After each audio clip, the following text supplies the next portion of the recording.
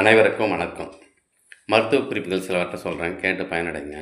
Thyroid குணமாக சில வழிமுறைகள் சொல்கிறேன். தைராய்டு நிறைய மாத்திரை சாப்பிட்டுன்னு இருக்காங்க. கழுத்தில் வர்றது, கர்ப்பப்பையில் வர்றது, நிறைய பிரச்சனைகள் வருது தைராய்டு.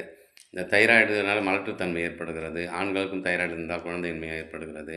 பெண்களுக்கும் குழந்தையின்மை ஏற்படுகிறது. நிறைய பிரச்சனைகள் வர வாய்ப்பு இருக்கிறது. அதுவும் பனி டைமில், மழை டைமில் கொஞ்சம் அவஸ்தைப்படுறாங்க கூலிங்கில். இவங்கெல்லாம் குணமாக சில வழிமுறைகளை சொல்கிறேன். தைராய்டு குணமாக ஒரு ஒரு ஒரு டம்ளர் தண்ணி எடுத்துக்கங்க. 1 ஸ்பூன் ஜீரகம் போட்டு நைட்டில் ஊற வச்சுருங்க. ஓவர் நைட் ஊற வச்சு காலையில் எழுந்துச்சி வெறும் வயித்துல அதுமாரி சாப்பிடுவாங்க. ஓரளவுக்கு தைராய்டு கண்ட்ரோலுக்கு வரும். அதே போல் நம்ம ஒரு 100 கிராம் கல்யாண பூசணி எடுத்துக்கங்க.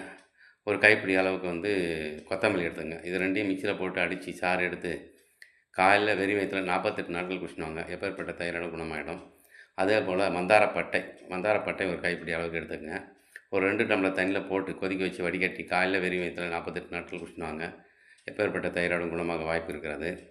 அதே போல் சீத்தாப்பழி இலை ஒரு கைப்பிடி அளவுக்கு எடுத்துக்கங்க. அதை போட்டு கொதிக்க வச்சு வடிகட்டி காலையில் வெறும் வயித்துல குடிச்சுடுவாங்க.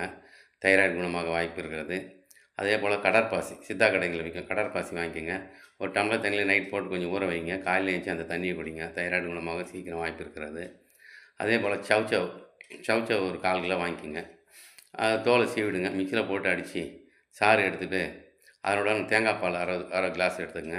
அதோட நாட்டு சர்க்கரை சேர்த்து காலையில் வெறும் வயித்துல குடிச்சுடுவாங்க. எப்பேற்பட்ட தைராய்டும் குணமாக வாய்ப்பு இருக்கிறது. போல் பெண்கள் முகப்பரு வந்துடுச்சு, முகமெல்லாம் ஒரு மாதிரி இருக்குது அப்படின்றவங்களாம் வெறும் கருவேப்பிலையும் கஸ்தூரி மஞ்சள் அரைச்சி பூசின்னு வந்தீங்கன்னா முகம் பொலிவடையும், முகப்பரு மறையும். அதே போல் ஆவாரம்பூ அரைச்சி மஞ்சள் கூட சேர்த்து பூசி முகம் கழுவிட்டு வந்தீங்கன்னாலும் ஓரளவுக்கு முகம் பொலிவு வரும், முகப்பரு மறைய வாய்ப்பு இருக்கிறது. அதே போல் உடலில் நாற்றம் அடிக்குதுன்னு சொல்லுவாங்க. நாற்றம் அடிக்குது, வேர்வை வாசனை அடிக்குது. அவங்களாம் என்ன பண்ணணும், வில்வ இலையை போட்டு வில்வ இலையை அரைச்சி தடவி குளிச்சாங்கனாலும் சரியாயிடும். அப்படி இல்லைனா புளியாம்பூ போட்டு அரைச்சி உடம்பு ஃபுல்லாக பூசி குளித்து வந்தாலும் சரியாயிடும். அப்படி இல்லைனா ஆவாரம்பூ அரைச்சி உடம்பு ஃபுல்லாக தேய்ச்சி குளிச்சுன்னு 1/2 மணி நேரம் விட்டு குளிச்சுன்னு வந்தாங்கன்னா அந்த துர்நாற்றம் வீசுவது மறைந்து மனம் வீச ஆரம்பிக்கும். அதே போல் ஆல்கஹால் குடிப்பவர்களுக்கு குடியை மறப்பதற்காக எள்ளு பருப்பி அடிக்கடி சாப்பிடுங்க.